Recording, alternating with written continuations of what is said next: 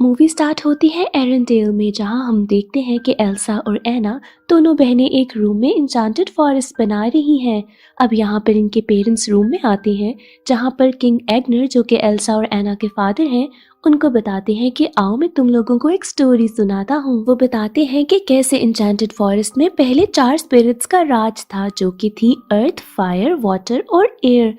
वहाँ पर एक नॉर्थ अल्ट्रा नाम का ट्राइब भी रहता था, जो बहुत ही अलग था। थे तो वो सारे इंसान ही, बट बाकी सारे ट्राइब से कोई बात नहीं करते थे। और इसी वजह से किंग एग्नर के फादर यानी कि किंग रूनार्ड ने इन सबको अपने साथ अपनी किंगडम एरेंडेल से मिलाने के लिए एक डैम बना के दिया। साथ ही सारे रिसोर्सेज भी दिए ताकि वो जी सकें। डैम बनने के बाद यहाँ पर एक सेलिब्रेशन हुई थी, जिसके बाद ट्राइब के लोगों ने किंग रोनार्ड को वहाँ पर इनवाइट किया था। किंग रोनार्ड एग्नर को भी अपने साथ लेकर गए थे, जहाँ पर जंगल को एंजॉय करते हुए एग्नर जब खेल रहा था तो उसने देखा कि कैसे ट्राइब के लोगों और किंग की आर्मी के बीच में लड़ाई स्टार्ट हो गई है। इस लड़ाई में रोनार्ड तो नीचे गिर गया था और इसके बाद वहाँ की स्पिरिट्स बहुत नाराज हो गई थी। इसमें एग्नर बेहोश हो गया था। उसके बाद उसे कोई अजीब सी आवाज सुनाई दी थी, जिसके बाद उसको कुछ समझ नहीं आई और कोई उसे वहां से ले गया था। इस सब की वजह से वहां की स्पिरिट्स ने इस पूरे एन्चेंटेड फॉरेस्ट को मिस्ट में कवर कर दिया था। इसके बाद से ना कोई उस फॉरेस्ट में जा सका और ना ही वहां से कोई बाहर आया है। अब स्टोरी फिनिश करने के बाद किंग तो गुड नाइट कह के चले जाते हैं। एल्सा और एना अपनी मॉम से मजीद डिटेल्स मांगती हैं, जिसके बाद वो बताती हैं कि कैसे बचपन में एक सॉन्ग के थ्रू उनको बताया जाता था कि एक आतोहालन नाम का रिवर है, जो कि हर तरह की मिस्ट्री को जानता है और उससे अगर कोई चीज पूछी जाए तो वो बता भी देता है। अब इनके बचपन का सीन शिफ्ट होता है और हम देखते हैं प्रेजेंट में, जहाँ पर एल्सा एना के साथ अपनी किंगडम को रूल कर रही है। ऑटम आने वाला था और यहाँ पर वो अपनी किंगडम और क्रिस्टोफ के साथ सेलिब्रेशंस के लिए तैयारियां कर रही थी। इस सब के बीच में एल्सा को कुछ सिंगिंग वॉइसेस सुनाई देती हैं, जो कि सिर्फ एल्सा को ही सुनाई दे रही थी। इस सब से एल्सा बहुत परेशान हो रही थी। एना एल्सा को परेशान देखती है तो उसे रिलैक्स करने के लिए एक सॉन्ग सुनाती है और फिर सुला देती है। अब नींद में भी एल्सा को अचानक से वही आवाज सुनाई देती है, जिससे एल्सा की नींद खराब हो जाती है। वो उठती है और बाहर जाती है और कोशिश करती है कि किसी तरीके से इसी आवाज से कम्युनिकेट किया जा सके। उसकी मैजिकल पावर्स यहाँ पर काम आती हैं और उसको उनमें सिंबल्स दिखाई देते हैं। यहाँ पर पूरी किंगडम में अचानक से एल्सा की मैजिकल आइस गिरने लगती है और बाकी सारे लोग इस आइस को देखने के लिए बाहर निकलते हैं, तो वो ही स्पिरिट्स उन पर हमला कर देती हैं। ये वो ही 4 स्पिरिट्स थी। चारों स्पिरिट्स में से अभी लोगों को तंग करने वाली सिर्फ 3 थी, फायर, वाटर एंड एयर। यहाँ पर एल्सा रियलाइज करती है कि अभी अर्थ को भी आना बाकी था और वो बाकी सारे लोगों से कहती है कि इस जगह को छोड़कर बाहर निकलना होगा। उसके बाद वो एना को सारी बात बताती है कि कैसे उसे आवाजें आ रही थी। इसके बाद हम यहाँ पर ट्रोल्स को देखते हैं और उनके लीडर को भी। वो एल्सा से कहता है कि उसे इस राज के बारे में जानना होगा। एल्सा का मानना था कि जो आवाज उसे सुनाई दे रही है वो अच्छी है। ट्रोल लीडर की बातों से एल्सा समझ जाती है कि अब उसे एरेंडेल को बचाने के लिए इंचेंटेड फॉरेस्ट जाना होगा। जिसके बाद वो एना, क्रिस्टोफ, ऑलिव और क्रिस्टोफ के रेनडियर पर चली जाती है इंचेंटेड फॉरेस्ट, और वहाँ की तो मिस्ट भी इन सबको अंदर आने देती है। जब ये लोग फॉरेस्ट एंटर करते हैं तो देखते हैं कि हर जगह कितनी ज्यादा ब्यूटी है और इसी सब में सब अलग अलग हो जाते हैं। दूसरी तरफ ऑलिव को ढूंढ रही थी, जो कि शायद कहीं गुम गया था। ये सब लोग मिलकर ऑलिव को ढूंढ ही रहे थे कि वहाँ पर अचानक से एयर स्टॉर्म आता है और इन सब लोगों को अंदर ले लेता है। पर यहाँ पर एयर स्पिरिट बाकी सब लोगों को बाहर निकाल देती है और एल्सा ही अंदर रह जाती है। एल्सा खुद को बाहर निकालने के लिए यहाँ पर अपनी मैजिकल पावर यूज करती है, तो उसे पास्ट के कुछ इवेंट्स नजर आते हैं, जैसे कि एग्नर को कोई औरत बचा रही थी। इसके बाद ये लोग अभी इन्हीं बातों में समझने की कोशिश में लगे थे कि इनको फिर से कुछ आवाज सुनाई देती है, जिसको ये फॉलो करते हैं। आवाज को फॉलो करने पे ये देखते हैं कि कैसे नॉर्थंड्रा के लोग और अभी तक एरेंडेल के लोग आपस में लड़ रहे हैं। इनकी आपस में मिसअंडरस्टैंडिंग अभी तक चल रही थी। यहाँ पर ऑलिव इन्हें समझाने की कोशिश भी करता है। यहाँ पर एल्सा अपनी पावर यूज करके सब कुछ रोकने की कोशिश करती है, तो सब लोग बहुत हैरान होते हैं उसकी पावर्स को देखकर। एल्सा उन्हें बताती है कि वो जल्द ही इस फॉरेस्ट को बचा लेगी। यहाँ पर अचानक से फायर स्पिरिट आती है, जो हर जगह पर आग लगाने लगी थी। एल्सा अपनी पावर से इन सब को बुझाने की कोशिश करती है, जहाँ पर वो क्रिस्टोफ से कहती है कि एना को लेकर थोड़ा दूर चले जाओ, उसको कोई खतरा ना हो। इसके बाद फायर स्पिरिट जहाँ जहाँ जा रही थी और आग लगा रही थी, एल्सा उसको फॉलो कर रही थी ताकि आग को बुझा सके। अब अचानक से ये फायर स्पिरिट एक सैलामेंडर में बदल जाती है, जहाँ पर वो एल्सा से कहता है कि मुझे फॉलो करो, और एल्सा ऐसा ही करती है। एल्सा जब सैलामेंडर के पीछे जाने लगती है तो एना आकर उसे रोकती है, क्योंकि वो एल्सा को कहीं अकेले तो जाने नहीं दे सकती थी।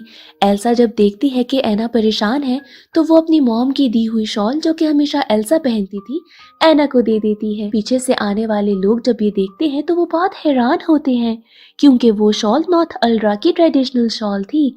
यहाँ पर हमें पता चलता है कि एल्सा और एना की मॉम नॉर्थ एल्ड्रा की ही एक लेडी थी और उन्होंने ही एग्नर को बचाया था। इस सब के बाद नॉर्थ एल्ड्रा के लोगों में और एरेंडेल के लोगों में सुलह हो जाती है।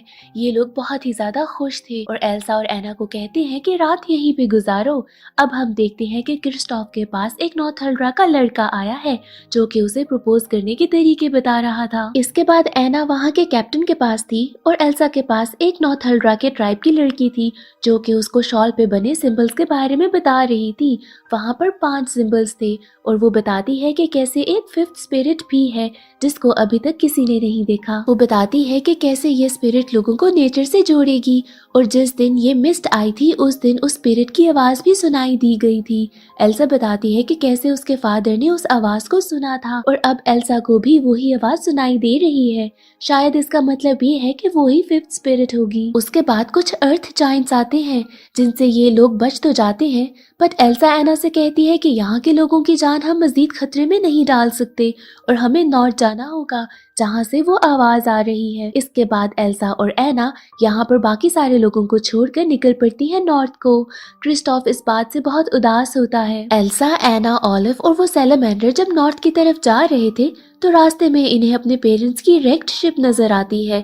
ये लोग जब शिप की तलाशी लेते हैं तो वहाँ पर उन्हें एक वाटरप्रूफ कंपार्टमेंट मिलता है, जहाँ पर कुछ पेपर नोट्स थे और एक मैप भी था, जिससे पता चला था कि उनके पेरेंट्स डार्क सी से होते हुए आतोहालन जा रहे थे ताकि एल्सा की पावर्स के बारे में जान सके। डार्क सी बहुत ही ज्यादा खतरनाक था, जहाँ पर हर कोई जाने वाला मारा जाता था।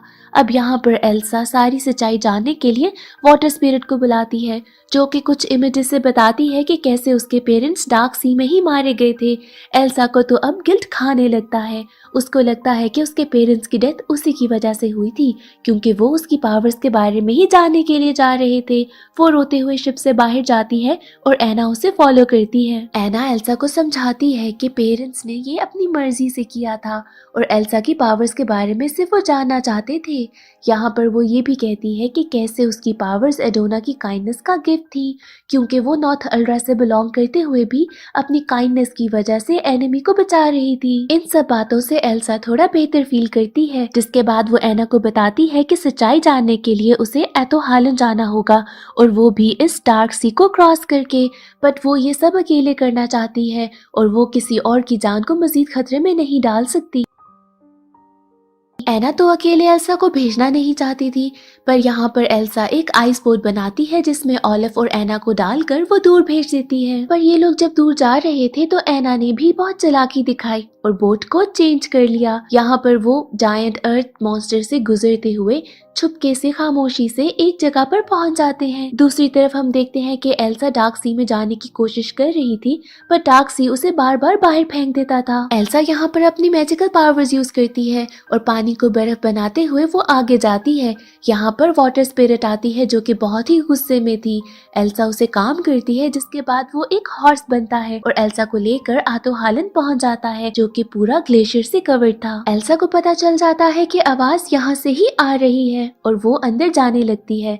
वहाँ पर जाकर उसे एडोना की स्पिरिट नजर आती है और उसे पता चलता है कि वो खुद ही 5th स्पिरिट है, जो कि लोगों को नेचर से कंबाइन करती है। इसके साथ ही एल्सा को कुछ इमेजेस नजर आती है पास्ट की, जहाँ से स्टोरी काफी क्लियर हो जाती है। उसे पता चलता है कि उसके ग्रैंडफादर ने, यानी कि किंग रोनार्ड ने, डैम इसलिए नहीं बनाया था कि वहाँ के लोगों को रिसोर्सेज मिल सके, बल्कि इसलिए बनाया था कि नॉर्थ अल्ड्रा के लोगों की मैजिकल पावर्स को खत्म कर दिया जाए। अब इन इमेजेस को फॉलो करते करते एल्सा आतो हालन के डीपर पार्ट में चली जाती है, जो कि वहाँ का डार्केस्ट पार्ट था। जैसे वो डीपर पार्ट में जाती रहती है, वो स्लोली फ्रीज होने लगती है। यहाँ पर उसको ये एक और डिटेल पता चलती है कि उसके ग्रैंडफादर ने ही वहाँ के लीडर को मार दिया था, जब वो बिल्कुल अनआर्म्ड बैठा हुआ था। इसके साथ ही कि पहले एल्सा पूरी फ्रीज हो जाती, वो एक मेमोरी बनाकर एना तक भेज देती है ताकि उसे पता चल सके कि सच्चाई क्या थी। ये सारी मेमोरी एना और ऑलिव तक पहुंच जाती है,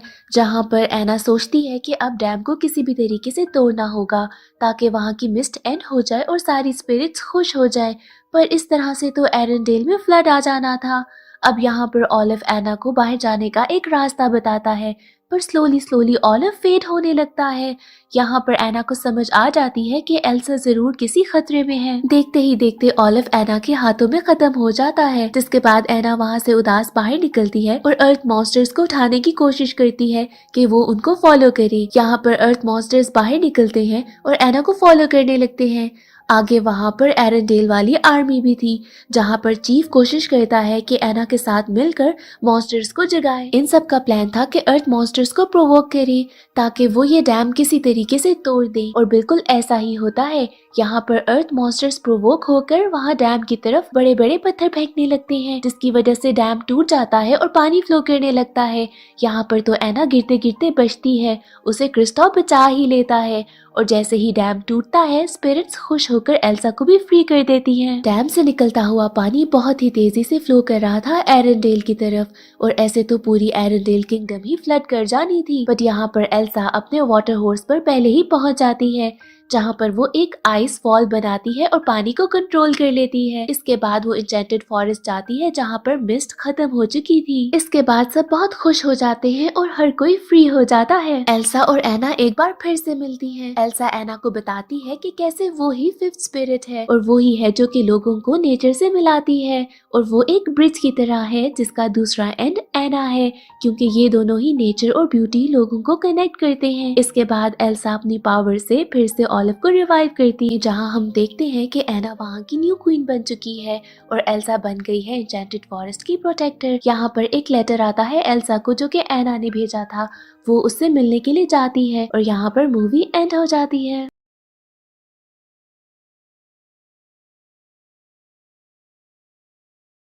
कहानी शुरू होती है एक बच्चे से जो कि 100 साल की लंबी नींद लेने के बाद अब बर्फ से निकला था। उसके ऊपर चांद की रोशनी पड़ रही थी और चांद उसे उसका नाम जैक फ्रॉस्ट बताता है। उसे अपने बारे में कुछ भी याद नहीं था, बस एक जादुई छड़ी थी उसके पास, जिसकी मदद से वो हवा में भी उड़ सकता था। उड़ते उड़ते वो पहुंच जाता है एक गांव तक, जहां वो देखता है कि कोई भी अब ना तो उसे सुन सकता है और ना ही कोई देख सकता है। शनि के ये लड़का एक सोल थी, एक रो, जबकि 300 साल बाद अब हमें सेंटा क्लॉस दिखाए जा रहे हैं। उनका काम क्रिसमस पर हर बच्चे को खुश करना है। उनके पास एक ग्लोब था, वो जितने बच्चों को खुश करते थे, ग्लोब पर उतनी ही रोशनियाँ जलती थी। ये रोशनियाँ दुनिया में बच्चों को जाहिर कर रही थी, लेकिन ये क्या हुआ, वो चमक तो कम पड़ने लगी थी। यानी बच्चे अब खुश नहीं थे और उन्हें सेंटा क्लॉस पर एतबार नहीं रहा था। उनको पता चलता है कि एक बुरी ताकत ने दुनिया पर हमला कर दिया है। वो सारे बच्चों के ख्वाबों पर हमला करके उन्हें डरा रही है और उनका एतबार सेंटा क्लॉस जैसे सारे ही लोगों से हटा रही है। सेंटा क्लॉस इसे देखकर बहुत ज्यादा परेशान होते हैं और बुलाते हैं अपने ही तरह के 3 गार्डियंस को, जिनका काम बच्चों को खुश करने का था। जिसमें से टूथ फेरी सारे बच्चों के टूटे हुए दांतों के बदले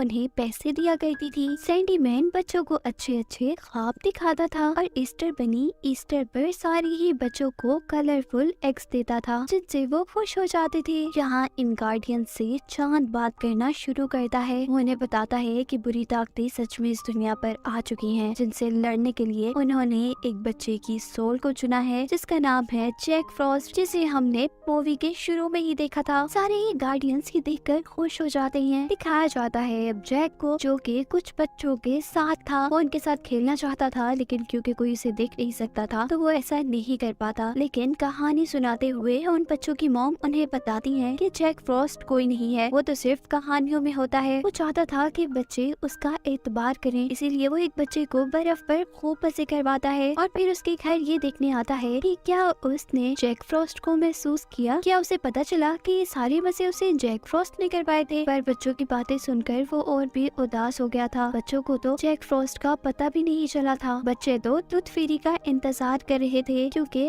आज एक बच्चे का दांत टूट गया था। यहाँ सैंडीमैन, जिसका काम बच्चों को अच्छे सपने दिखाना है, वो अपना काम कर रहा था कि तभी यहाँ वो बुरी ताकत आकर सारे ही सपनों को खराब कर देती है और अपने बुरे घोड़े से कहती है कि जाओ जाकर सारे बच्चों के सपनों को डरावना बना दो। जबकि जैक फ्रॉस्ट, जो कि काफी उदास था और शहर में अकेला घूम रहा था, उसे ईस्टर बनी किडनैप कर ले आते हैं वहाँ जहाँ सारे गार्डियंस थे, यानी सैंटा, टूथ फेरी वगैरह। यहाँ कर उसे पता चलता है कि मून ने उसे भी एक गार्डियन बना दिया है जो बच्चों का ख्याल रखेंगे, बच्चों को खुश करेंगे, लेकिन वो ये काम नहीं करना चाहता था। ये सुनते ही ईस्टर बनी उससे नाराज हो जाता है, लेकिन इस सारी सिचुएशन को संभालते हुए सेंटा जैक को अपने साथ दूसरे कमरे में ले आते हैं और समझाते हैं कि जो काम तुम्हारा है वो तुम्हें ही करना होगा, तुम अपनी जिम्मेदारियों से नहीं भाग सकते। इन सारी बातों के दौरान उन्हें पता चलता है कि टूथ महल पर किसी ने हमला कर दिया है। ये टूथ फेरी का महल था जहाँ वो सारे बच्चों के दांत रखती थी। वहाँ जाकर वो लोग देखते हैं कि सारी ही टूथ फेरीज के साथ सारे बच्चों के दांतों को बुरी ताकत किडनैप कर लेकर जा रही है। जैक फ्रॉस्ट एक टूथ फेरी को तो बचा लेता है और जैसे ही महल के अंदर जाता है तो वो टूथ फेरीज की मलका को रोते हुए देखते हैं। तभी यहाँ जाती है वही बुरी ताकत जो सारे बच्चों के ख्वाबों को डरावना बनाना चाहती थी। वो चाहती थी कि सारे बच्चे गार्डियंस को भूल जाएं, जो गार्डियंस उन्हें खुशी देते हैं, और सारे बच्चे बस उदास रहें और बुरे काम करें। ऐसे गार्डियंस इस दुनिया से गायब हो जाएंगे और बुरी ताकत का इस पूरी दुनिया पर राज हो जाएगा। ये बात सुनते ही टूथ फेरीज की मलका को बहुत गुस्सा आता है और वो उस पर हमला करने के लिए आगे बढ़ती है। उसके पीछे पीछे सारे गार्डियंस भी बुरी ताकत को मारने के लिए आगे जा रहे थे, लेकिन वो तो इस सबसे पहले ही अपने काले घोड़े पर बैठकर भाग चुका था। अब उदास टूथ फेरीज की मलका जैक फ्रॉस्ट को बताती है कि वो सारे दांत बहुत ही ज्यादा जरूरी हैं, क्योंकि सारे दांतों में बच्चों की यादें जुड़ी हैं और उन दांतों में एक दांत तुम्हारा भी है जिसमें तुम्हारी बचपन की यादें जुड़ी हैं। ये सुनकर जैक फ्रॉस्ट अब जैसे भी वो दांत लेना चाहता था, क्योंकि जब से वो उठा था तब से उसे अपनी पिछली लाइफ के बारे में कुछ भी याद नहीं था। देखते ही देखते टूथ फेरी भी कमजोर होने लगी थी, क्योंकि बच्चों का उस पर से एतबार जाता जा रहा था। उन्हें अब दोबारा बच्चों के दांत इकट्ठे करने थे। उन्हें टूथ फेरी का काम मुकम्मल करना था ताकि सारे बच्चे टूथ फेरी पर एतबार करें और टूथ फेरी जिंदा रहे।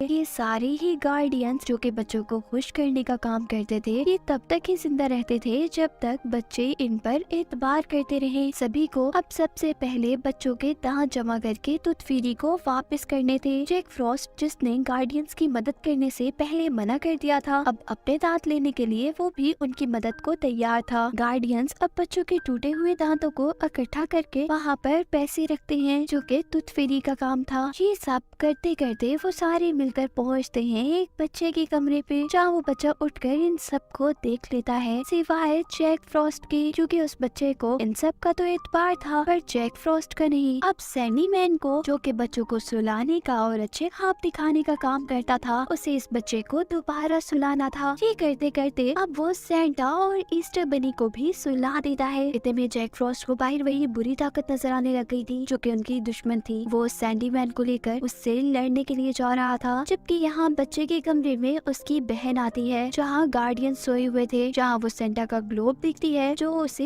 एक खूबसूरत सी बॉल लग रही थी। वो जैसे ही उससे खेलने लगती है तो ग्लोब टूट जाता है और वहाँ पर एक अजीब सा रास्ता खुल जाता है। ये गार्डियंस की दुनिया का रास्ता था और वो बच्ची गार्डियंस की दुनिया में पहुँच चुकी थी, जहाँ जैक फ्रॉस्ट, जो कि उस बुरी ताकत से लड़ रहा था, वो सैंडीमैन के जरिए बुरी ताकत के काले घोड़ों को अच्छा बनाने में लगा हुआ था। साथ ही साथ वो पूरी ताकत को मारने की कोशिश भी कर रहा था। इस सारी लड़ाई के अंदर बाकी गार्डियंस भी जाकर आ चुके थे। सभी आसमान की तरफ चले जाते हैं लड़ने के लिए। लड़ाई करते करते बुरी ताकत जरा ज्यादा ताकतवर हो जाती है और सैंडीमैन को, जो कि बच्चों को अच्छे सपने दिखाया करता था, उसे अपनी बुरी ताकत से मार देती है। जैक फ्रॉस्ट उसे बचाने की कोशिश करता है लेकिन नाकाम रहता है। इससे पहले कि वो बुरी शक्ति बाकी गार्डियंस को भी मार दी, जैक फ्रॉस्ट गुस्से में उसकी सारी सारी बुरी ताकत को अपनी बर्फ की ताकतों से फ्रीज कर देता है, यानी जमा देता है, और बाकी सारे गार्डियंस को बचाकर गार्डियंस की दुनिया में लेकर आता है। यहाँ वो लोग बात करते हैं कि इस बुरी ताकत को खत्म करने का उनके पास एक ही रास्ता है कि बच्चे दोबारा पहले की तरह इन सारे गार्डियंस पर एतबार करने लगे। ईस्टर बनी कहता है कि कल को ईस्टर है, अगर हम सारे मिलकर ईस्टर को अच्छा बनाए, सारे बच्चों को खुश करें, तो बच्चे दोबारा हम पर एतबार करने लगेंगे। अब वो बच्चों के लिए कलरफुल एग्स बनाना चाहते थे, इसीलिए चाहते हैं वो ईस्टर बनी की जगह पर जहाँ वो ये काम करता था। अब यहाँ आकर उन्हें नजर आती है वही छोटी लड़की जो कि सेंटा के ग्लोब की वजह से इस दुनिया में आ गई थी। ईस्टर बनी को उसे देखकर गुस्सा आता है, जिससे वो बच्ची रोने लगी थी। सभी परेशान हो जाते हैं और तभी जैक फ्रॉस्ट को याद आता है कि उसका काम है बच्चों को खुश करना। वो बच्चे को चुप करवाने का एक प्लान बनाता है और ईस्टर बनी जो कि अभी गुस्से में था उसे अपने जादू से खुश कर ऐसा बना देता है कि ईस्टर बनी खुद ही उस बच्ची से खेलने लगे। वो बच्ची जब सो जाती है तो जैक फ्रॉस्ट उसे उसके घर छोड़ आता है। अब वापसी के रास्ते में उसे टूथ फेरीज की आवाज आती है, जिसका पीछा करते हुए वो बुरी ताकत की उस जगह पर चला जाता है जहाँ उसने सारी टूथ फेरीज को कैद किया हुआ था। जहाँ वो सारी टूथ फेरीज को अब आजाद करवाने लगा था कि तभी उसे दोबारा एक आवाज आती है। ये टूथ फेरी की आवाज नहीं थी, ये आवाज उसके दांत में से आ रही थी, और तभी वो बुरी ताकत आकर जैक को उसका दांत दे देती है। जैक हैरान होता है कि इस बुरी ताकत ने इतनी आराम से उसे उसका दांत कैसे दे दिया, कुछ ना कुछ तो गड़बड़ है। जैक जैसे उसका पीछा करता है तो वहाँ बहुत से टूटे हुए अंडे दिखाई देते हैं, जो अंडे ईस्टर बनी ने ईस्टर पर बच्चों को देने के लिए बनाए थे। दिखाया जाता है कि ये आवाज और उसको यहाँ बुलाना उस बुरी ताकत का एक झांसा था, ताकि वो उसे यहाँ बुलाकर खुद गार्डियंस की दुनिया में जा सके। उसने गार्डियंस की दुनिया में जाकर तबाही फैला दी थी। सारे अंडे तोड़ दिए थे ईस्टर बनी के, जिससे वो बच्चों को खुश करता। अब ईस्टर पर बच्चों को देने के लिए ईस्टर बनी के पास कुछ भी नहीं था। इस तरह तो बच्चे ईस्टर बनी के ऊपर से भी एतबार हटा देते। ईस्टर बनी को जब पता चलता है कि ये सारी चीजें जैक फ्रॉस्ट की एक छोटी सी गलती की वजह से हुई है, तो वो उसे बहुत बुरा भला कहता है। जैक फ्रॉस्ट भी उनकी बातों से उदास होकर ये सोचता है कि शायद मैं बच्चों को खुश करने के लिए बना ही नहीं हूँ, मैं ये काम नहीं कर सकता। और वो वहाँ से दूर एक पहाड़ी पर आ जाता है जहाँ उससे मिलने आई थी अब वही बुरी ताकत जो उसे अपने साथ काम करने को कह रही थी, लेकिन जैक फ्रॉस्ट उसे मारकर दूर फेंकता है। और तब वो बुरी ताकत उसे अपने हाथ में एक टूथ फेरी दिखाती है और कहते हैं कि मैं इसे मार दूंगा अगर तुमने मुझे अपनी छड़ी ना दी। बुरी ताकत उससे उसकी छड़ी इसलिए मांग रही थी क्योंकि उसे लगता था कि जैक फ्रॉस्ट की सारी जादुई ताकतें उसकी छड़ी में है। बुरी ताकत उसकी छड़ी तोड़कर उसे एक बहुत ही गहरे खड्डे में गिरा कर वहाँ से चला जाता है। और यहाँ पर बहुत उदास था, तभी टूथ फेरी उसे उसके दांत में उसकी यादें देखने को कहती है, जहाँ देखने पर उसे पता चलता है कि वो कभी भी अकेला नहीं था। उसके साथ उसकी एक फैमिली थी जो उससे बहुत प्यार करती थी। वो अपनी बहन से बहुत प्यार करता था और एक दिन आइस स्केटिंग के दौरान जब उसकी बहन मरने वाली थी तो उसने अपनी इसी छड़ी से अपनी बहन को बचाया था और खुद जैक मर गया। अपनी बहन के लिए अपनी जान देने की वजह से चांद ने उसे उसकी सारी जादुई शक्तियाँ दी थी। इस बात से उसे पता चलता है कि उसकी ताकत उसकी छड़ी में नहीं बल्कि उसकी ताकत तो उसी में थी। अब वो एक नई उम्मीद के साथ उठा था और उसने उठते ही अपनी छड़ी को जोड़ लिया था। वो इस जगह से निकलकर जल्दी से वहाँ पहुँचता है जहाँ उस बुरी ताकत ने सारी टूथ फेरीज को रखा हुआ था, लेकिन टूथ फेरीज अब उड़ नहीं पा रही थी क्योंकि बच्चों का एतबार उन पर से कम था। इस चीज ने उनकी ताकतें कम कर दी थी। जैक देखकर काफी उदास होता है कि सारे बच्चों ने गार्डियंस पर से एतबार करना छोड़ दिया है। तभी उसे पता चलता है कि अभी भी एक बच्चा है जो ईस्टर पर ईस्टर बनी का इंतजार कर रहा है। जैक नहीं चाहता था कि उसकी ये उम्मीद टूटे, इसलिए वो अपने जादू से उस बच्चे की रूम की खिड़की पर कुछ बनाता है जिससे बच्चे का ध्यान उस तक गया था। साथ ही उसने अब एक बर्फ का बनी बनाकर बच्चे के कमरे में भेजा था, जो बनी उससे खेलते खेलते स्नो में बदल गया था। ये देखते ही बच्चे को याद आया था कि ये सारा काम तो जैक फ्रॉस्ट करता है। वो जैसे ही जैक फ्रॉस्ट का नाम लेता है तो उसे अब जैक फ्रॉस्ट भी नजर आने लगा था। इतने में ही यहाँ बाकी गार्डियंस भी आ जाते हैं। वो बच्चा बाकी गार्डियंस को देखता है और जैक जैक को यहाँ पर ईस्टर बनी को देखकर बहुत दुख हो रहा था, क्योंकि बच्चों ने जब उस पर से एतबार करना छोड़ा तो वो एक छोटा सा बनी बनकर रह गया था, जहाँ अब वो बुरी ताकत भी आ गई थी जो सारी गार्डियंस को खत्म करना चाहती थी। वो सबसे पहले अब इस छोटे बच्चे को डराने लगती है। तभी जैक उस बच्चे को कहता है कि तुम नहीं डरो। बच्चे को दिलासा देते देते उसे याद आता है कि उसके अंदर की ताकत सारे बच्चों को खुश करना है। अगर उसने बच्चों को खुश कर दिया तो उसकी ताकतें वापिस आएंगी। ये सोचते ही वो बर्फ का एक बॉल बनाकर सबसे पहले तो उस बुरी ताकत को मारता है और फिर उस छोटे बच्चे से अपनी मदद करने को कहता है। वो लोग अब सारे बच्चों को खुश करने का एक प्लान बनाते हैं। जैक अपनी बर्फ से सब बच्चों को खिड़कियों पर बुलाता है और फिर वो छोटा बच्चा सबको जैक के यहाँ होने का यकीन दिलाता है। अब बच्चों का यकीन जैसे जैसे गार्डियंस पर वापस आ रहा था, इसकी वजह से सैंडी मैन जो कि बच्चों को अच्छे अच्छे ख्वाब दिखाया करता था वो भी वापस आ गया था, जो आते ही बुरी ताकत के सारे घोड़ों को मार देता है। बाकी गार्डियंस अब उस बुरी ताकत से लड़ने लग जाते हैं, जबकि सैंडी मैन सारे ही बच्चों के बुरे बुरे ख्वाबों को अच्छे अच्छे ख्वाबों में बदलने लगा था। जैसे जैसे बच्चों के दिल से डर खत्म हो रहा था, उस बुरी ताकत की ताकतें भी कम होती जा रही थी। ऐसे उस बुरी ताकत को अब ये डर हो गया था कि कहीं वो इस दुनिया से चला न जाए। उसके काले घोड़े अब उसके डर को सूंघ लेते हैं और उसी पर हमला करने के लिए निकल जाते हैं। इस तरह सारे गार्डियंस अब जीत गए थे। जैक फ्रॉस्ट भी पूरी तरह एक गार्डियन बन गया था। वो सारे बच्चों को बाय कहकर सारे गार्डियंस की दुनिया में उनके साथ जाने लगता है, जिसके साथ ही कहानी यही खत्म हो जाती है। मूवी शुरू होती है तो हम देखते हैं कि कई साल पहले सूरज की किरणों में से यानी सन रेज में से एक छोटी सी बूंद हेवन से नीचे गिरती है और इस छोटी सी बूंद में से एक गोल्डन मैजिकल फ्लावर बाहर आता है। इस फूल की ये खासियत यानी क्वालिटी थी कि ये किसी भी पेशेंट को ठीक कर सकती थी और बूढ़े को जवान। इसी तरह से हजारों साल गुजर जाते हैं और एक नदी के किनारे एक शहर बच जाता है। इस शहर के किंग और क्वीन को सब लोग बहुत प्यार करते थे। इनका बेबी होने वाला था, लेकिन क्वीन अचानक से बहुत बीमार हो जाती हैं। इस मुश्किल वक्त में हर कोई यही सोच रहा था कि काश कोई मिरेकल हो जाए, और वो मिरेकल वही सुनहरी यानी गोल्डन मैजिकल फ्लावर था। एक बूढ़ी औरत जिसका नाम मदर गौथल है, इसने अपनी जवानी को कई हजार साल तक बचाने के लिए इसी सुनहरी फूल की क्वालिटी को किसी के साथ शेयर नहीं किया और ना ही किसी को पता लगने दिया कि वो फ्लावर इसके पास है। वो बूढ़ी औरत इस फूल को मैजिकल मंत्र यानी कोई मैजिकल स्पेल सुनाती तो वो जवान हो जाती थी। किंग के सोल्जर्स हर जगह इस सुनहरी फूल को ढूंढ रहे थे। आखिरकार इन्हें वो फूल मिल ही जाता है।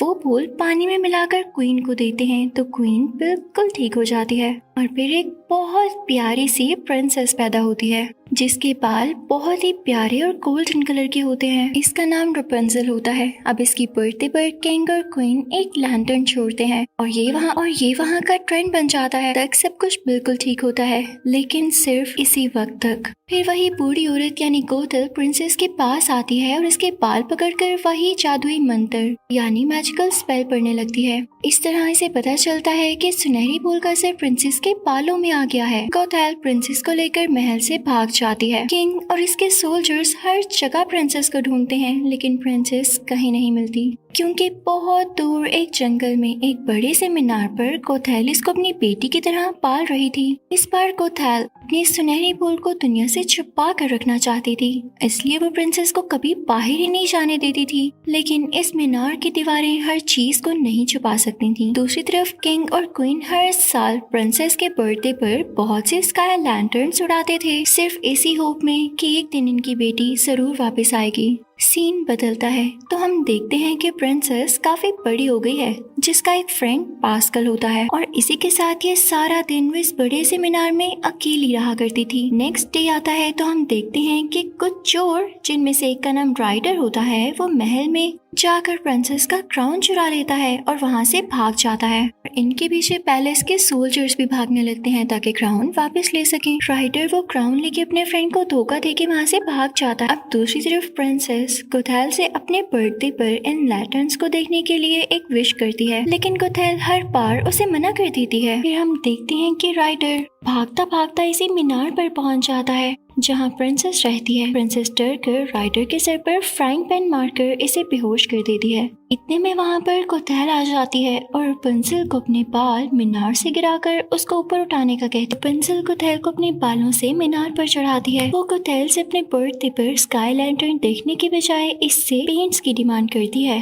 कोतैल कहती है कि मुझे ये पेंट्स बहुत दूर से लाने पड़ेंगे और मुझे 3 दिन लग जाएंगे, लेकिन चलो कोई बात नहीं, मैं ले आती हूँ, लेकिन तब तक तुम अपना ख्याल रखना। कोतैल रपुंज़ल के लिए पेंट्स लेने के लिए चली जाती है। इतने में राइडर को होश आ जाता है और वो रपुंज़ल को बताता है कि मैं यहाँ किसी गलत इरादे से नहीं आया था, बल्कि भागता हुआ और खुद को बचाते हुए इस मीनार पर चढ़ा था और यहाँ तुम मिल गई। वो रपुंज़ल से अपने क्राउन के बारे में पूछता है। रपुंज़ल इसे डील करती है कि अगर तुम मुझे स्काई लैंटर्न दिखाकर वापस घर सही सलामत ले आओगे तो मैं तुम्हें वो क्राउन वापस कर दूंगी। दोनों में डील हो जाती है और रपुंज़ल राइडर पर ट्रस्ट करके उसके साथ चली जाती है। पहली बार वो इतना ज्यादा फ्रीडम देखकर बहुत एंजॉय करती है और वो दोनों खाना खाने के लिए राइडर के बताए हुए प्लेस पर चले जाते हैं। दूसरी तरफ कोतैल किंग के हॉर्स को जंगल में देख लेती है तो उसे फौरन रपुंज़ल का ख्याल आता है। वो वापस मीनार की तरफ भागती है, रपुंज़ल को आवाज भी देती है, लेकिन रपुंज़ल मीनार में होती ही नहीं।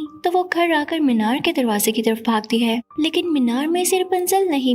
दूसरी तरफ राइडर और रपुंज़ल इस प्लेस पर पहुंच जाते हैं। राइडर का पर्पस रपुंज़ल को इतने बड़े और अजीब किस्म के लोग दिखाकर डराने का ही था। वो चाहता था कि रपुंज़ल ऐसे लोगों को देखकर डर जाएगी और वापस चलने का कहेगी, लेकिन यहाँ वो खुद फंस जाता है। इसके मोस्ट वांटेड के पोस्टर्स हर जगह लगे होते हैं। लोग राइडर को इनाम की लालच में आकर पकड़ लेते हैं। इसके बदले में इन्हें इनाम दिया जाएगा।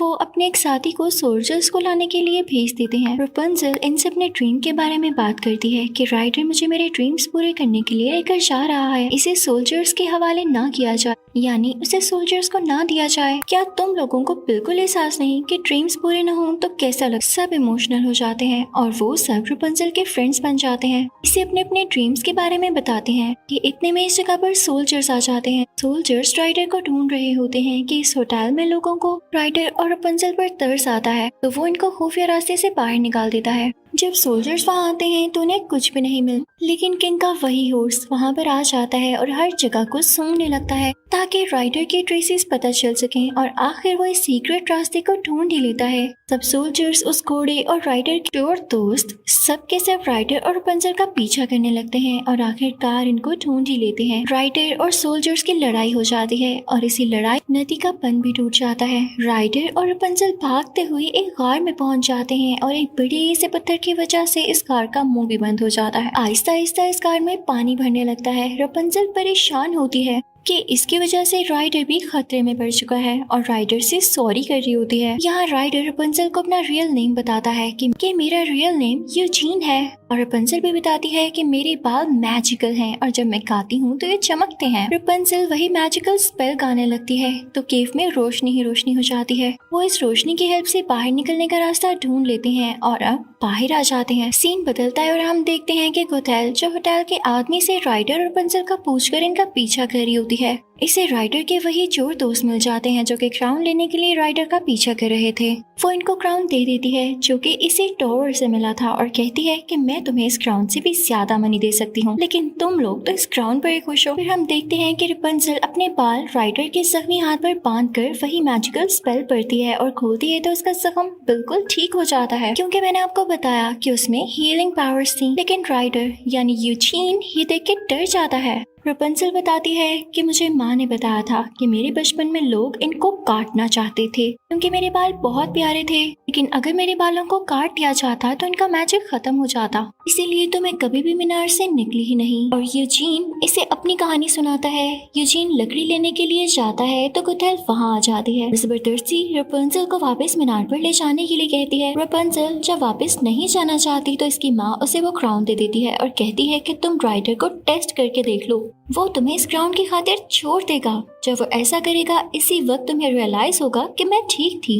अब किंग का घोड़ा राइडर को पकड़ने के लिए आ जाता है तो रपुंज़ल इससे रिक्वेस्ट करती है कि आज के दिन इसको ना पकड़ो। इसी तरह रपुंज़ल और उस घोड़े की भी फ्रेंडशिप हो जाती है। रपुंज़ल अपनी बर्थडे को बहुत एंजॉय करती है और रात के वक्त स्काई लैंटर्न्स का इंतजार करती है। आज इसका ड्रीम पूरा होने वाला था। राइडर क्राउन अपने दोस्तों को देने के लिए चला जाता जो रपुंज़ल ने इसे दिया था, लेकिन राइडर यानी यूजीन के दोस्त राइडर को पकड़ लेते हैं और वो रपुंज़ल से कहते हैं कि राइडर क्राउन लेकर भाग गया है। इतने में कोथैल भी वहाँ पर आ जाती है और रपुंज़ल को अपने साथ जाने का कहती है। रपुंज़ल इसके साथ चली जाती है। राइडर को सोल्जर्स के हवाले कर दिया जाता है। राइडर को अपने दोस्तों से पता चलता है कि कोथैल ने इनको ऐसा करने के लिए कहा था। राइडर को समझ आ जाती है कि रपुंज़ल खतरे में है, वो कोथैल यानी उस बूढ़ी विच के साथ सेफ नहीं है। दूसरी तरफ रपुंज़ल को सब पता चल जाता है कि वही प्रिंसेस है और कोथैल इसका यूज कर रही थी। फिर हम देखते हैं कि रपुंज़ल के होटल वाले फ्रेंड्स और वही घोड़ा राइडर को बचाने के लिए महल पहुंच जाते हैं और अब इन्हें रपुंज़ल को बचाना था। राइडर मीनार पर पहुंच जाता है, लेकिन कोथैल ने वहाँ रपुंज़ल को बांध रखा होता है और वो राइडर को नाइफ मार देती है। वो रपुंज़ल को वहाँ से जबरदस्ती लेकर जा रही होती है। रपुंज़ल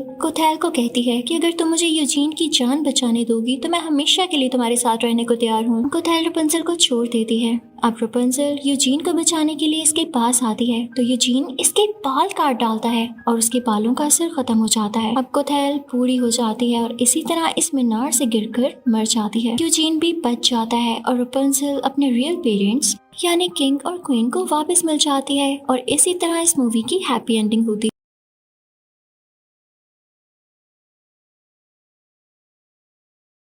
मूवी स्टार्ट होती है the great wall of China से, जहाँ पर बहुत सारे गार्ड्स थे उसकी सिक्योरिटी के लिए।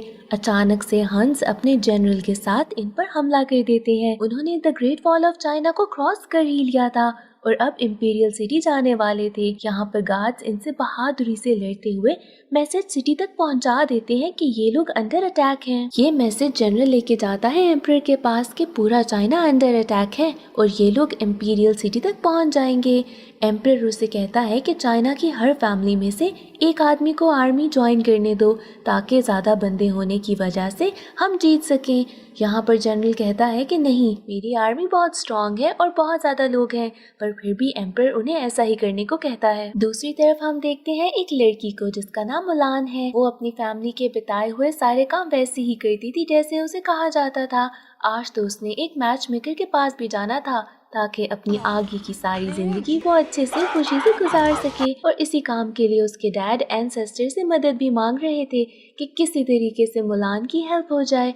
अब वो घर लेट पहुंचती है तो उसकी मॉम और उसकी नानी उसे जल्दी जल्दी तैयार करती हैं और साथ ही बताती हैं कि उसे क्या करना है और क्या नहीं करना। यहाँ तक कि उसकी नानी उसे एक लकी क्रिकेट भी देती हैं। ये एक छोटा सा कीड़ा था ताकि शायद मुलान की लक में इजाफा हो जाए। इसके बाद वो मैच मेकर के पास पहुंचती है जहाँ पर उसका छोटा सा क्रिकेट निकलकर मैच मेकर की चाय में चला जाता है। मिलान उस बेचारे क्रिकेट को बाहर निकालने की कोशिश कर रही थी और ऐसे में ही सारी चाय मैच मेकर के ऊपर गिर जाती है, जिसके बाद वो बहुत ही ज्यादा गुस्से में बाहर निकलती है और मुलान को बहुत बुरा भला कहती है और कहती है कि तुम अपने माँ बाप को कभी भी खुश नहीं कर पाओगी, तुम बहुत ही ज्यादा अनलकी हो। इसके बाद मुलान अपने घर जाती है जहाँ पर सारे ही बहुत ज्यादा अफसरदा थे कि मुलान बाकी सारी लड़कियों की तरह क्यों नहीं हो सकती। मुलान अपने घर में बहुत उदास बैठी थी। उसके डैड उसके पास जाकर उसे कहते हैं कि तुम बहुत ही स्पेशल हो, तुम एक दिन सब कुछ ठीक कर दोगी। अब अगले दिन हम देखते हैं कि वहाँ पर आर्मी का एक सहना आता है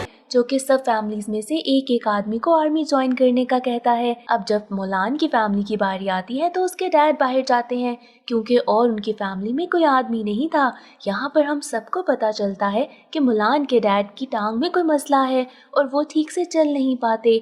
यहाँ पर मुलान सबके सामने अपने डैड को रोकती है पर उसके डैड उसे बहुत ज़्यादा डांटते हैं कि इन सब में तुम्हें बोलना नहीं चाहिए। इसके बाद मुलान देखती है कि उसके डैड अपनी स्वॉर्ड पकड़कर प्रैक्टिस करने की कोशिश कर रहे हैं बट वो कुछ भी नहीं कर पाते। जिसके बाद मुलान रात को डिनर टाइम पे भी अपने डैड को फिर से मना करती है। उसके डैड फिर बहुत ज़्यादा गुस्सा होकर उसे कहते हैं कि मैं अपना काम करूँगा और तुम्हें अपने काम पर जोर देने की ज़रूरत है। जिसके बाद मुलान रोते हुए वहाँ से चली जाती है। अब रात को वो सोचती है कि मुझे खुद ही कुछ करना होगा। मुलान अपने डैड का आर्मर पहनती है, स्वॉर्ड लेती है और उसे कोई पहचान न सके तो वो अपने बाल भी काट लेती है और घर से निकल जाती है। अब अचानक से रात को उसकी नानी उठती हैं और जाकर उसके पेरेंट्स को कहती हैं कि मुलान घर छोड़कर चली गई। ये लोग बहुत कोशिश करते हैं कि मुलान को किसी तरीके से ढूंढ सकें बट वो बहुत दूर निकल चुकी थी। जिसके बाद ये सब लोग एंसेस्टर से मदद मांगते हैं कि किसी तरीके से मुलान की प्रोटेक्शन की जाए। अब रात को सारे एंसेस्टर्स की एक मीटिंग होती है जहाँ पर वो डिस्कस करते हैं कि मुलान को ऐसा नहीं करना चाहिए था और अब अगर उसकी मदद करनी है तो किसी एक एंसेस्टर को उसके पास जाना होगा। जिसके बाद एक छोटे से रेड ड्रैगन जिसका नाम मूशू था उसको कहा जाता है कि किसी एक एंसेस्टर को जाकर जगा दो। अब जब वो अपनी ड्यूटी करने के लिए जाता है तो वहाँ के बड़े ड्रैगन स्टैचू को तोड़ देता है और अब उसे पता था कि यहाँ पर तो उसकी शामत आने वाली है। जिसके बाद वो उस ड्रैगन हेड को पकड़कर जाता है एंसेस्टर्स के पास और कहता है कि ठीक है, मैं मुलान के पास जाकर उसकी मदद करूँगा। अब इसके बाद मूशू के पास कोई ऑप्शन नहीं थी, उसको खुद ही जाना पड़ता है मुलान की मदद करने के लिए। दूसरी तरफ हम देखते हैं कि हंस अपनी पूरी आर्मी के साथ और लीडर के साथ पहुँचने वाले हैं। जहाँ पर मूशू पहुँचता है मुलान के पास, वो एक बहुत ही ड्रामेटिक सा इफेक्ट दिखाता है। आग के पीछे उसका शैडो होता है और वो मुलान को समझाने की कोशिश करता है कि तुम्हारे एंसेस्टर्स ने मुझे भेजा है तुम्हारी प्रोटेक्शन के लिए। मुलान तो पहले काफ़ी डर जाती है, पर जब आग के पीछे से मूशू निकलता है तो वो उसका बहुत मजाक उड़ाती है कि तुम तो छोटे से एक ड्रैगन हो, तुम मेरी क्या मदद करोगे। पर जब मूशू उसे कहता है कि मुझे भेजा गया है तो वो मान लेती है और उसे अपने साथ रख लेती है। मूशू मुलान से कहता है कि मुझे तुम्हारी ट्रेनिंग करनी होगी, तुम्हें तो आदमियों के बारे में कुछ पता नहीं है और तुम जब आर्मी में जाओगी तो सबको पता चल जाएगा। जिसके बाद वो मुलान की थोड़ी सी ट्रेनिंग करता है और उसे आर्मी में भेज देता है। वहाँ पर मुलान बहुत ज़्यादा गलतियाँ करती है और हर मौके पे हमें ये लगता है कि अब तो ये पकड़ी गई कि ये एक लड़की है। एम्परर का काउंसलर जनरल के साथ साथ था। यहाँ पर इन सारे आदमियों की रिस्पॉन्सिबिलिटी जनरल देते हैं कैप्टन ली को और बताते हैं कि तुम्हें इन सबको हैंडल करना होगा। यहाँ पर काउंसलर जनरल से कहता है कि अभी कैप्टन ली इस काम के लिए रेडी नहीं। जिसके बाद यहाँ के जनरल कहते हैं कि ये हमारे खून में है, जहाँ पर हमें पता चलता है कि कैप्टन ली जनरल के बेटे हैं। इसके बाद जनरल वहाँ से चले जाते हैं। जब कैप्टन ली बाहर आकर देखते हैं सारे लोगों का हाल तो वो बहुत परेशान होते हैं क्योंकि हर कोई बहुत ही बुरे तरीके से आपस में ही लड़ रहा था। कैप्टन ली अब हर एक का इंट्रोडक्शन मांगता है। जब मुलान की बारी आती है तो वो कंफ्यूजन में कहती है कि मेरा नाम पिंग है। हर कोई मजाक उड़ाता है कि इसका नाम कितना फनी है। अब अगला दिन होता है तो मूशू मुलान को उठाता है, उसे नाश्ता कराता है क्योंकि अब ट्रेनिंग स्टार्ट होने वाली थी। क्योंकि वो एक लड़की थी तो वो बहुत ज़्यादा वीक थी, उसे सारे काम बहुत मुश्किल से हो रहे थे। हर टास्क में मुलान पीछे रह रही थी। जिसके बाद कैप्टन ली को लगता है कि ये यहाँ पर फिट नहीं हो सकती, इसको तो भेज देना चाहिए। और अब कैप्टन ली मुलान से कहते हैं कि तुम यहाँ पर काम नहीं कर सकते, तुम्हें चले जाना चाहिए। रात ही रात मुलान को बहुत गुस्सा भी आता है, वो अपसेट फील करती है। जहाँ पर वो एक ऐसा टास्क करके दिखा देती है जो कि सारी आर्मी नहीं कर पाई थी और अब वो रेडी थी इन आर्मी को ज्वाइन करने के लिए। दूसरी तरफ हांस भी पहुँचने वाले थे। रात को मुलान जब कैंप वापस जा रही थी तो वो काउंसलर और कैप्टन ली की बात सुन लेती है। काउंसलर उसे कह रहा था कि ये सारे आदमी बिल्कुल प्रिपेयर्ड नहीं है कि लड़ सकें, ये लोग बहुत ही ज़्यादा वीक हैं, अब इसलिए इनको मैं अलाउ नहीं कर सकता कि चाइना के लिए लड़ें। मुलान बहुत ज़्यादा उदास हो जाती है कि उसने इतनी मेहनत की और अब उसे मौका भी नहीं मिलेगा चाइना के लिए लड़ने के लिए। जिसके बाद मूशू को एक प्लान सूझता है। वो एक लेटर लिखता है जनरल की तरफ से जिसमें साफ साफ लिखा था कि कैप्टन ली की आर्मी को लड़ने की परमिशन है। अब काउंसलर जब ये लेटर पढ़ता है तो वो फौरन कैप्टन ली के पास जाता है कि पूरी आर्मी को रेडी करो क्योंकि जनरल की तरफ से ऑर्डर आया है। जब ये लोग उस विलेज तक पहुंचते हैं तो देखते हैं कि हर तरफ तबाही थी, यहाँ के जनरल को भी शायद मार दिया गया था। जिसके बाद कैप्टन ली बहुत उदास होकर अपने फादर की सॉर्ड को वहीं पर दफना देते हैं। यहाँ पर ये लोग सोचते हैं कि अब हमें आगे बढ़ना होगा क्योंकि हांस आर्मी यहाँ तक पहुँच चुकी है। ये लोग बर्फ वाले पहाड़ों से होते हुए आगे जा रहे थे कि अचानक से हांस आर्मी इन पे हमला कर देती है। इतनी ज़्यादा लड़ाई होती है कि आहिस्ता आहिस्ता इनके सारे वेपन्स ख़त्म होने वाले थे, बस कुछ ही कैनन्स इनके पास बाकी बचे थे। अब हांस आर्मी इनकी तरफ बहुत ही तेज़ी से बढ़ रही थी। जहाँ पर इनके पास सिर्फ कुछ कैनन्स बचे थे तो यहाँ पर मुलान एक बहुत ही अच्छा आइडिया सोचती है। वो एक कैनन को ऐसे पहाड़ पर मारने के बारे में सोचती है जहाँ पर वो पहाड़ गिरे और बाकी सारी हांस आर्मी मर जाए और वो बिल्कुल ऐसा ही करती है। इस प्लान के अकॉर्डिंगली बिल्कुल वो पहाड़ हांस आर्मी के ऊपर गिरता है जिसके बाद वो सारे बर्फ के नीचे दब जाते हैं। अब इस दौरान में हम देखते हैं कि मुलान भी बर्फ के नीचे आने लगी थी पर बाकी उसके कुछ दोस्त मिलकर उसे बचा लेते हैं। एंड में हम देखते हैं कि मुलान को भी चोट लगी है, पर जब उसका इलाज हो रहा था तो ये बात सबके सामने आ गई कि वो तो एक लड़की है। यहाँ पर तो सब बहुत ही ज़्यादा शॉक में थे। मुलान हर एक को बहुत समझाने की कोशिश करती है कि मैंने अपनी फैमिली की प्राइड के लिए ये सब कुछ किया, बट कोई भी उसकी बात नहीं सुन पा रहा था। यहाँ पर काउंसलर कैप्टन ली से कहता है कि इस गलती की वजह से तो इसे मार देना चाहिए, बट कैप्टन ली उसके सामने सॉर्ड लेकर आता है और नीचे फेंक देता है क्योंकि उसने उसकी जान बचाई थी। तो वो कहता है कि अब मैं तुम्हारी जान को छोड़ रहा हूँ, जिसके बाद ये सब लोग उसे छोड़कर चले जाते हैं। अब हंस की सारी आर्मी को मारने की खुशी में तो कैप्टन ली जा रहे थे सिटी एम्परर से मिलने के लिए। दूसरी तरफ मुलान बिल्कुल अकेली थी, उसके पास उसका इंसेक्ट, वो घोड़ा और वो मूशू ही था।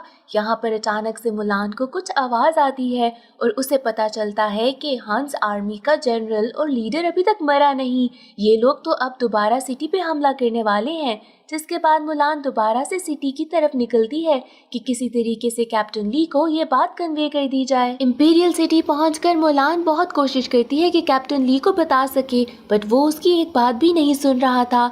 यहाँ पर कैप्टन ली जब एम्परर के सामने पहुँचते हैं तो हम देखते हैं कि कैसे हांस आर्मी के काफ़ी आदमी हर जगह पर मौजूद थे और वो यहाँ पर एम्परर को उठाकर चले जाते हैं कैसल के अंदर। अब सबको यकीन आता है कि मुलान तो ठीक कह रही थी। हर कोई मिलकर कैसल के दरवाजे को तोड़ने की कोशिश कर रहा था। यहाँ पर मुलान को एक आइडिया आता है। वो आर्मी के 3 फ्रेंड्स को अपने साथ लेकर जाती है और उनको लड़कियां बना देती है। दूसरी तरफ हांस का लीडर कहता है एम्परर से कि तुम्हें मेरे सामने झुकना होगा और सारे चाइना के सामने ये करना ही होगा, बट एम्परर कहता है कि मैं मरना पसंद करूंगा, मैं तुम्हारे सामने कभी नहीं झुकूंगा। अब मुलान के साथ वो 3 वॉरियर्स लड़की बनकर सबके सामने आते हैं, जहाँ पर वो उनको डिस्ट्रैक्ट करने की कोशिश करते हैं। मुलान कैप्टन ली से कहती है कि तुम जाओ और एम्परर को बचा लो, जहाँ पर कैप्टन ली की हांस आर्मी के लीडर के साथ लड़ाई होती है। ये लोग बहुत बुरे तरीके से लड़ रहे थे, जहाँ पर मुलान आकर एम्परर को नीचे भेज देती है और उनको सेव कर लेती है। मुलान भी अब नीचे जाने वाली थी, बट वो देखती है कि कैप्टन ली बहुत बुरे तरीके से जख्मी है और अगर उन्होंने हांस के लीडर को ना रोका तो वो तो कैप्टन ली को मार देगा। यहाँ पर वो उसे डिस्ट्रैक्ट करते हुए कोशिश करती है कि किसी तरीके से रूफ टॉप पर ले आए, क्योंकि मूशू के माइंड में एक और प्लान था। सामने बहुत सारे फायर क्रैकर्स और फायरवर्क्स थे, जहाँ पर वो सारे के सारे ऑन कर देता है और वो सब के सब पॉइंटेड थे हांस के लीडर की तरफ। जिसके बाद वहाँ पर बहुत सारे फायरवर्क्स होते हैं और इसी फायरवर्क को उड़ाते हुए यहाँ पर वो लीडर भी मर जाता है। यहाँ पर फिर से काउंसलर पहुँचता है, जो कि बहुत ही ज़्यादा गुस्सा करता है क्योंकि फायरवर्क से तो थोड़ी तबाही हुई ही थी, जबकि मुलान ने तो सबकी जान बचाई थी। यहाँ पर वो कहता है कि मैंने तो पहले ही इस लड़की को मना किया था कि यहाँ से दूर रहे और यहाँ पर मत आए। इसके बाद एम्परर अपने काउंसलर को चुप करवाता है और कहता है कि मैंने तो ऐसी लड़की आज तक नहीं देखी। जिसके बाद मुलान को कहता है कि वो कभी भी कैसल में आ सकती है और यहाँ पर उसे जॉब भी दी जाएगी। जिसके बाद मुलान कहती है कि मैं अपनी फैमिली के पास वापस जाना चाहती हूँ। जिसके बाद एम्परर उसे एक सॉर्ड और अपने गले में लटकाया हुआ एक नेकलेस देता है, ताकि वो अपनी फैमिली को जाकर बता सके कि एम्परर ने उसे ये गिफ्ट के तौर पर दिया है और उसने अपनी फैमिली को कितना प्राउड किया है। इसके बाद मुलान फौरन अपने घर पहुंचती है, जहां पर उसके डैड उसका बेसब्री से इंतज़ार कर रहे थे। वो उनको लाकर वो सॉर्ड और वो मेडल देती है, जिसके बाद उसके डैड उसको गले लगा लेते हैं और कहते हैं कि तुमने हमारा नाम बहुत रोशन कर दिया है। अब मुलान के पीछे पीछे कैप्टन ली भी घर पहुंच जाते हैं, जो कि सॉरी कहना चाहते थे क्योंकि वो सारे एटीट्यूड के लिए बहुत ही ज़्यादा शर्मिंदा भी थे। अब मूशू सारे एंसेस्टर्स के पास जाकर कहता है कि मैंने तो इस घर का नाम बहुत प्राउड कर दिया है, तो मुझे भी एक अच्छा सा काम दिया जाए। और ऐसे ही मुलान की स्टोरी एंड हो जाती है।